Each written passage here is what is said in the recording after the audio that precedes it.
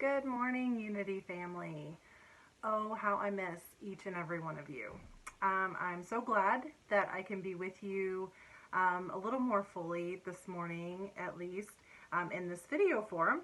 And what I'm going to share this morning is the book, The Untethered Soul by Michael Singer. Now, this was a book that we did as a small group a couple of years ago, so some of you may remember it then.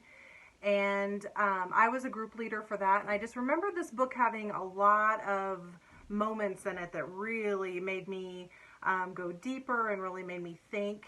And as Sue has been talking over the past couple of weeks, my mind kept returning back to some of the things and the conversations that I remembered having in that small group surrounding this work. And I went back to revisit it and then thought it would be a wonderful topic to bring to a Sunday morning class with everyone. So the first part of the book, Michael encourages us to acknowledge the voice that's inside our head. And so we all have that voice, you know, the one that's constantly having internal conversations inside your head, and often even takes both sides. So it doesn't matter what it's saying, it just matters that it's talking. And so we have complete conversations that the only participant is that voice in our head. I know you guys know what I'm talking about. This happens for me, like when I'm driving or when I'm doing something else, and you just, if you pay attention, you start to hear that chatter that is, oh, well, why did this person say this? And I wonder if it meant that. And well, maybe I need to ask them, or maybe I need to do this, or maybe I need to be upset about that. And we just find ourselves like having this whole internal dialogue. And he really says, like, why do we tolerate that? Why do we tolerate that constant chatter? Even if it's saying nice things, it's still distracting us from what we're doing, from the present moment, from what we say we want to be paying attention to if we allow that chatter to take over. So he really encourages us to step back and observe, and we might notice that what it's really doing sometimes when it's having that chatter and you know, we're doing both sides of the conversation, is it's really your mind looking for a comfortable thought to rest on. Like, you want to have some kind of resolution, you want to fix it, you want to have the perfect thought about it, or figure out the perfect comeback that you should have had in that conversation. And so it will just keep going and going and going, trying to find a more comfortable thought to rest on. So he says, like, if we step back and really view that objectively and start to notice what the chatter is all about, look at it objectively, and recognize that if we can observe it talking, and this was like one of those, like, it, for people who've been in Unity a long time, it may just be truth for you, but someone who's newer to Unity thought or new thought, so what he says is, if you can recognize and observe that voice in your head, so get that, if you can recognize it, you can observe it, and you can watch it having those conversations, then you have to recognize that that voice isn't the true you, because the true essence of you is the observer who's watching that whole thing take place. And I remember very early in Unity teaching where that was just kind of like a mind blow thought, that if I can observe that voice isn't truly me, and therefore I have control over what that voice is saying. Isn't that great? So I've got some passages that I'm going to read today out of the book, just because he says it so beautifully, and kind of it just seems to flow. So he says, your inner growth is completely dependent upon the realization that the only way to find peace and contentment is to stop thinking about yourself. You are ready to grow when you finally realize that the I who is talking inside will never be content. It's always going to have a problem about something. The bottom line is you'll never be free of problems until you're free from that part within you that has so many problems. When a problem is disturbing you, don't ask, what should I do about it? Ask, what part of me is disturbed by this? So he talks about this inner voice as your inner roommate. So he's saying, this is not you, but it is with you constantly. And so it's like having an inner roommate, and it's always talking, and it's always got a problem with something, and really thinking about it in that way, and paying attention to the thoughts that are going through your mind with that inner roommate talking. If this was a real person, would you want that person around you? What is it saying to you? Is it constantly having a problem with everything going on around it? Is it constantly saying negative things? Is it constantly telling you everything that could go wrong with what you're doing? Or is it constantly telling you who you need to be upset with and what's not working in your life? Those kind of things. If that was a person sitting on your couch next to you and was constantly telling you all of those things, would you invite that person over? Would you want to sit on the couch and watch a movie with that person? Generally, just would you want them around? Is it someone you would be friends with? And so he says, really think about that. Like, would you kick it out of your life if it was a real person? Because the reality is that those thoughts, that chatter that's going through our mind, it can ruin anything at a moment's notice. You can be feeling great about something, having the time of your life, and all it takes is one thought to the contrary, and it's derailed the whole experience, and it's zapped the energy from that positive experience. He goes on to say, once you see what this can do to your life, you're ready for spiritual growth.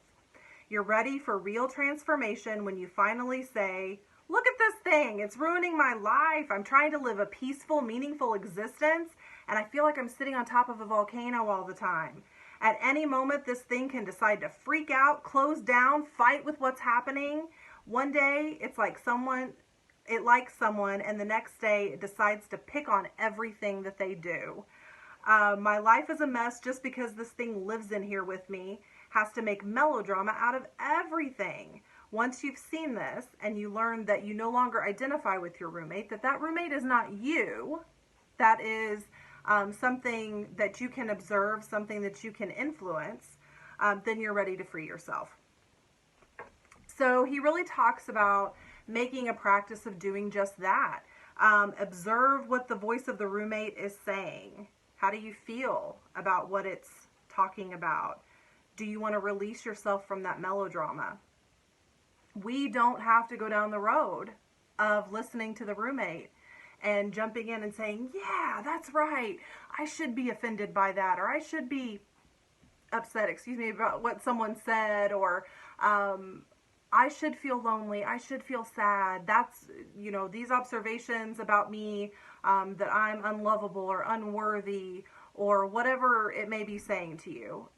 We don't have to buy into that.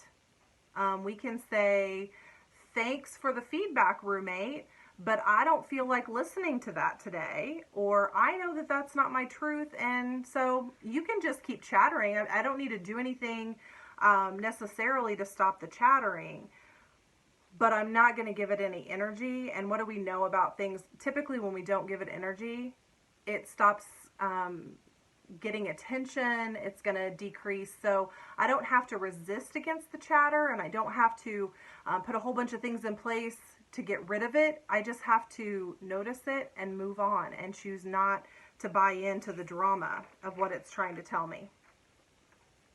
So he goes on then to talk about experiencing energy, and talks about the fact that underneath there is energy, and above is you, and between is the mind.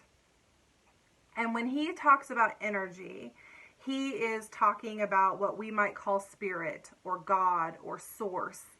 And so he says when we connect with that and when we feel the energy, when we're sitting in that, we're close to it, there's less going on in our mind that's in between the source that's lying under there and the you that's above it. Then we use words like happy, joy, love, and we feel good. We associate all of that with really good feelings. When we're not connected, and there's too much distance between source and ourselves, that's when we might experience words like depressed or burnt out or melancholy or loneliness. And so he uses this great analogy about the energy or source being like the sun.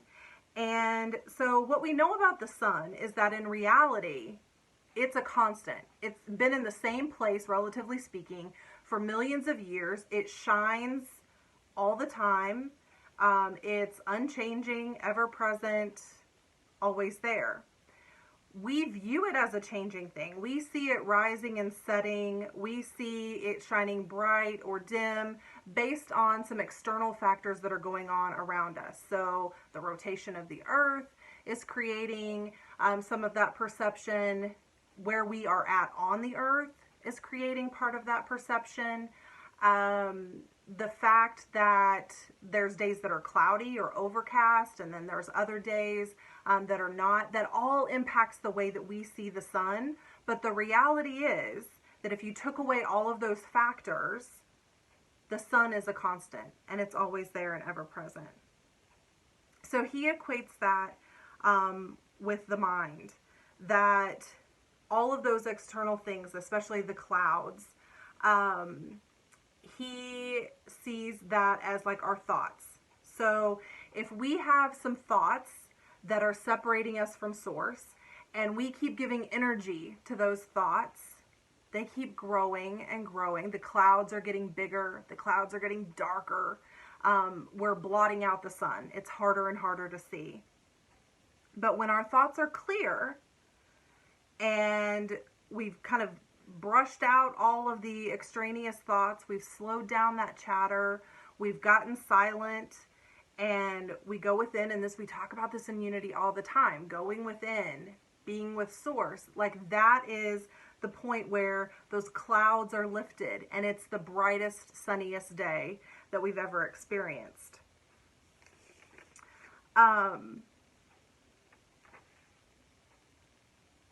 And he talks about the fact that getting those clouds in there and creating the situation where we have that distance, it's so easy to do, right? Because there's so much external stimuli coming at us on a daily basis. I mean, things are going on around us all the time. Other people are living their own lives. Things are going on. You stub your toe. There's politics. There's, just all of that is going on around you every day. And there's all of these things that can steal our attention away and that we can get focused on, and we can let that internal chatter take over about all of those events. And so he says that, we often give our attention to all of these external things coming at us, and we let the mind obsess about it because it's trying to fix everything. And what we know is that we're never going to fix everything. There's no perfect thought or perfect action that's going to fix the entire world just boom, like that, right? And so he says what we need to do is, what we're doing then is we're allowing our energy or our consciousness to get disturbed. And when we allow that energy to get disturbed and that space in between source and ourselves to get real cloudy and turbulent, that what we're really doing is closing our spiritual heart. And that's in an attempt usually to protect our current self-concept. So we have this self-concept that we're pretty attached to most of the time. And those thoughts that come in and those clouds that we create, those are all ways of us trying to hold on to and protect that self-concept. But when we do that so strongly, we're shutting down our spiritual heart, and we're not staying open to source. We're not staying open to the connection that is there for us all the time. Remember, it never goes away. It's just kind of hanging out there like the sun, waiting for us to be in the right position or to set up the right circumstances so that we can be connected and we can fully see it.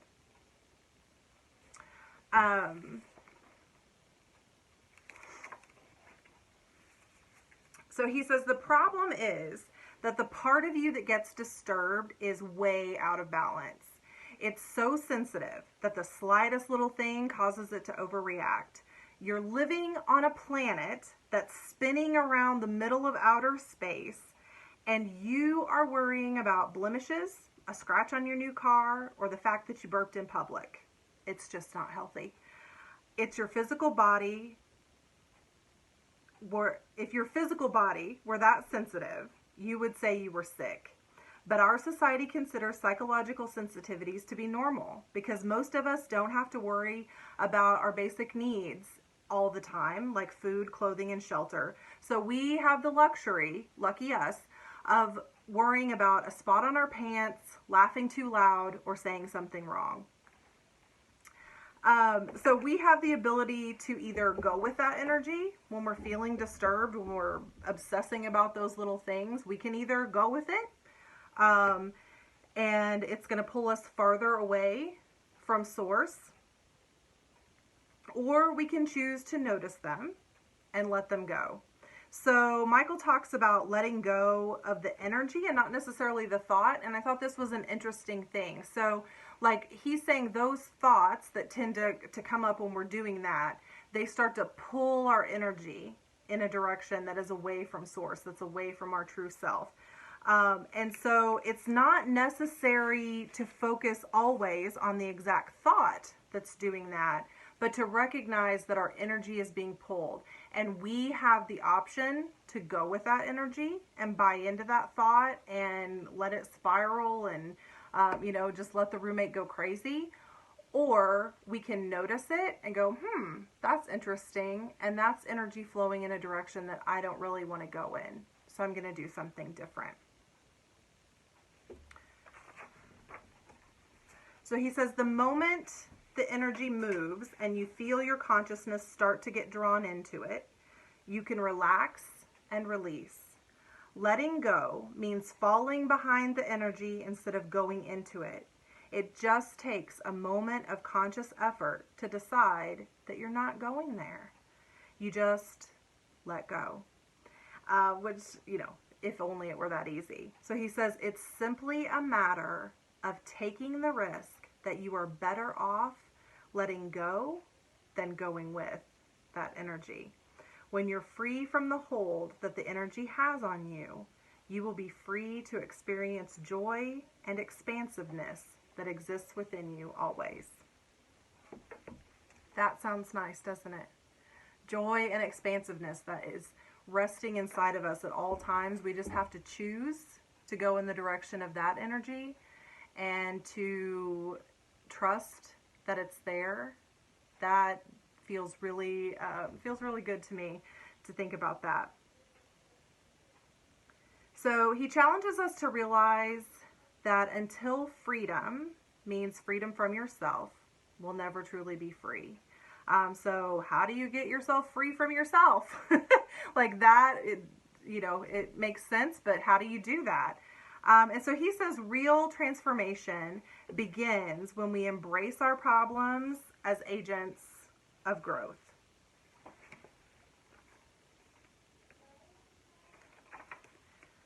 Imagine, and he uses another great analogy about a thorn. And if you did the small group, this might be one of the things that really resonated and really stuck out to you. I know it was for me. So he says, imagine that you have a thorn in your arm that directly touches a nerve. When the thorn is touched, it's very painful. Because it hurts so much, the thorn is a serious problem. It's difficult to sleep because you might roll over on it. It's hard to get close to people because you think they might touch it on accident. It makes your daily life very difficult. You can't even go for a walk in the woods because what if you brush against that thorn on a branch? This thorn is a constant source of disturbance. And to solve the problem, you only have two choices. The first choice is that you can look at the situation and you can decide that since it's so disturbing when something touches that thorn, you need to make sure that nothing can touch it at all. The second choice is deciding that since it's so disturbing when things touch the thorn needs to go. Believe it or not, the effects of that choice that you make will determine the course of the rest of your life. So thinking about that in, of course, if it was a literal thorn, it's easy to think about that. Thinking about it in terms of pain or issues that you might be holding on to that are thorns in your life, if you choose to make sure that nothing touches it, you can do that. It's going to take a lot of work. It means that you constantly have to be aware of it. You constantly have to be figuring out ways to keep things from touching it. So in the book, he talks about, you could build, if the thorn is in your arm, you could build an apparatus where it keeps it away from your body. And if anything, instead of touching the thorn on your arm, it's going to run into you have a cage around your arm or a cast around your arm. And so you can protect it to a certain extent. But what happens when you decide to leave the thorn there and protect it is what you really are doing in building those walls and building those devices around it and thinking about it to the exclusion of everything else, is you're really limiting your activities. You're really putting limitations on things you can do, places you can go, or relationships you can have. And so then what happens if something changes and you want to go for that walk in the woods and something's gonna brush up against it, and you have to really choose, do I want to go on the walk and chance something brushing up against it, or do I just stay home where it's safe and where I know that nothing is going to touch it? And so in a sense, that thorn, that thing that you're protecting and holding on to and making sure that life and the world and everyone around you leaves it alone, it's completely running your life. You are completely at the mercy of that thorn and what it means to you and how long it's been there. And we can start to have all sorts of thoughts about that thorn, right? It's always been with me. It's been with me for a really long time. I mean, I don't even know if I tried to remove it right now. I don't even know if I could get it out of there. So, I'm just going to go ahead and keep dealing with it. We've all been there, right?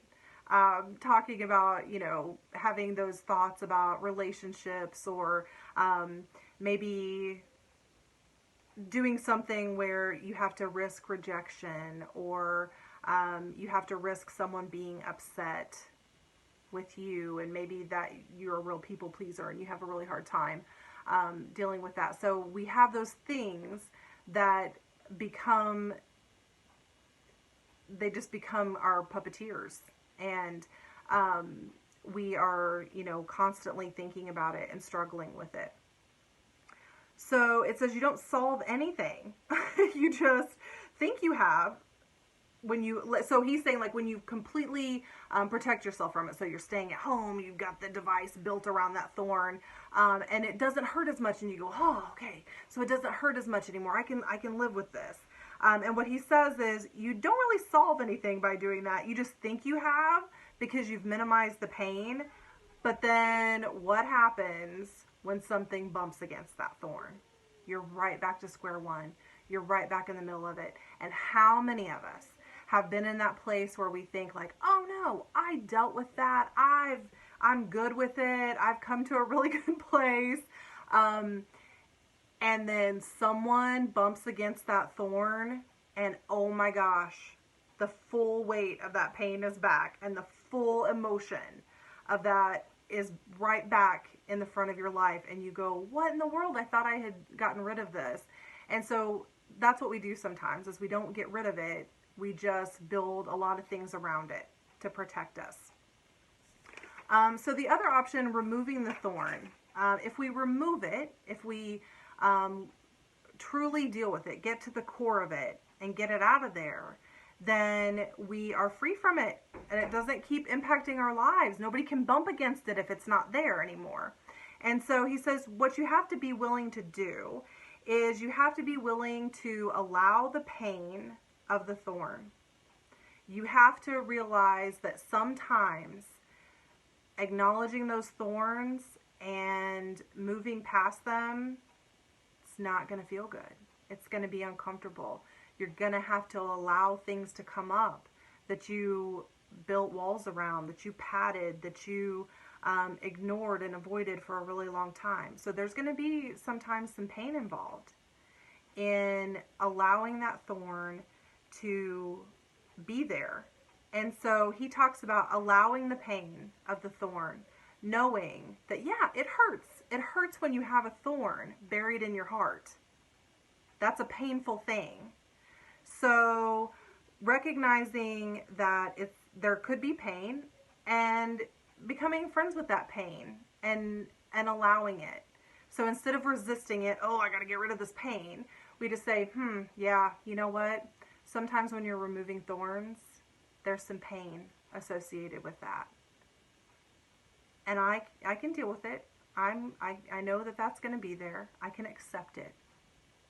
And then you have to relax around it and really examine it and figure out what's the best way to wiggle it out of there. Or if you relax around it, will it just work its own way out? And that, I feel like that's such a good analogy for some of the things we're working on. And just like a real life thorn, if it works its way out and you're now holding it and you see that it's no longer embedded in your skin, it's no longer embedded in your heart, and you can look at it and say, oh, well, that's interesting. And then you let it go. It doesn't mean that you won't have other thorns. And they might be different shapes and sizes. But it means that particular thorn, you've released. And you've let go of it in a way that's going to allow you to no longer be controlled by it. He says, if nothing is distracting the self from self, it will fall into self. And so that is self with a capital S. He says that is its natural state. It's ever present, just like the sun. So again, the sun is always there. It's the clouds that get in the way. It's the rotation of the earth that get in the way. It's our position on the earth. It's the number of thorns that are causing us pain and distracting us. But if we can truly get to a point where nothing is distracting the self from being connected to the self, being connected to source, that's our natural state of being. And so many different teachers have talked about this in Unity and New Thought. And I just always find that finding different ways, different teachers that have expressed this, it's always so meaningful to me to just really lock that idea in and get to a place where the roommate isn't disturbing the peace of your soul in any given moment.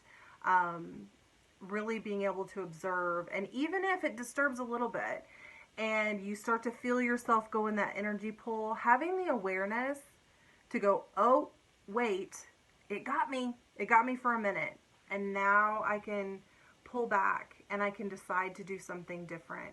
I don't have to go with it, even if that's what I've always done. And so I heard something else this week that just was really awesome to me. And it was, someone said to me that your past is not evidence that proves your future. Your past is evidence of the thoughts you had in the past. And the only way that they prove your future is if you continue to think the same thoughts. If you don't grow, if you stay in the same cycle. But if you choose a path of spiritual growth, if you choose a path of observing these thoughts and letting them be, not getting drug into their energy that's pulling you away from source energy. If you can look at those thorns, which are those thoughts, like look at the thorns. What thoughts are ruling your life in a way that you don't want right now, that you're not happy with, that are keeping you away from source?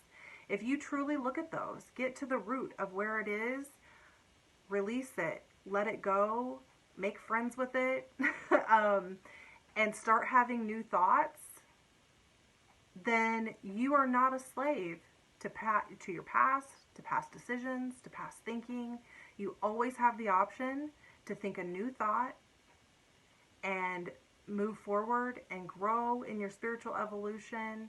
And you always have the choice to connect with source.